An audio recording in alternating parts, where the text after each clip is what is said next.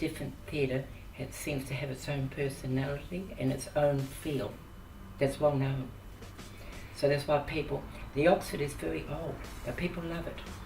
And it all comes down to this atmosphere. It was an occasion, to go to the movies. It was an occasion. You got dressed up and it was, a night out. They'd start off about 7:45 with a newsreel. You had the newsreels, so a lot of people went because that was the only way you found what was going on in the world, especially during the war. And it was, weeks old. It wasn't like watching it happen now. And then they'd have a supporting film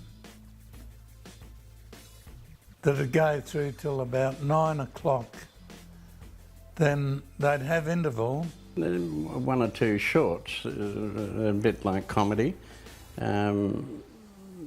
Nearly always a cartoon, Tom and Jerry, something like that. Mickey Mouse or a travel talk. Then they'd move on to the main feature. After the movie's finished, often, probably once a month, everyone went to a party because everyone worked nights, so you didn't sort of start the party till 1 o'clock in the morning.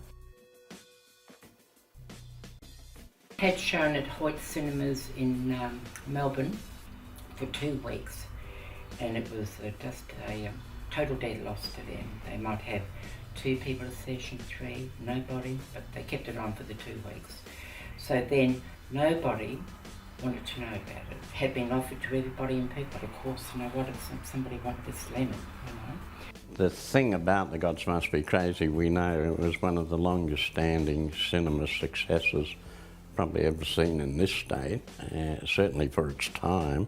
So then I went back to Colin Garrity at the time at Fox, and he really did think I was mad then, because I said to him, Colin, I like this show, but I would like to have this film for as long as I want it, without anybody else getting on it. Nobody wanted it, and so Fox allowed it to be taken at a very low percentage for an unlimited time.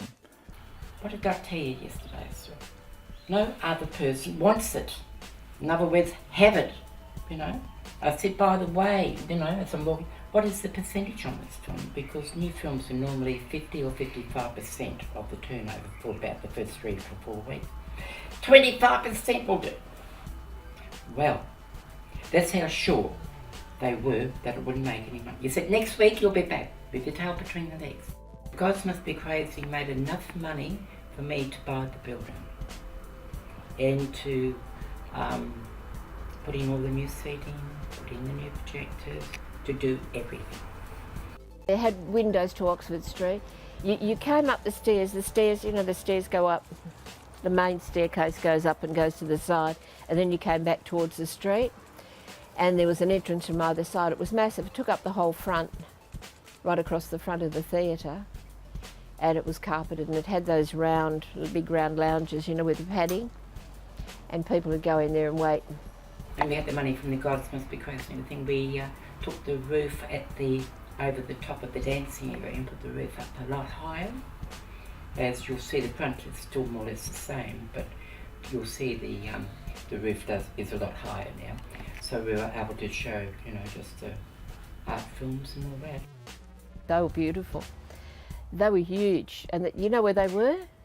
They were in Newcastle Street, and they were massive, and they had, as I said, these great big gates, and then in the middle it was fenced and there were deck chairs, and down either side and across the front were like garden seats, rows of garden seats, so you had the inside and the outside.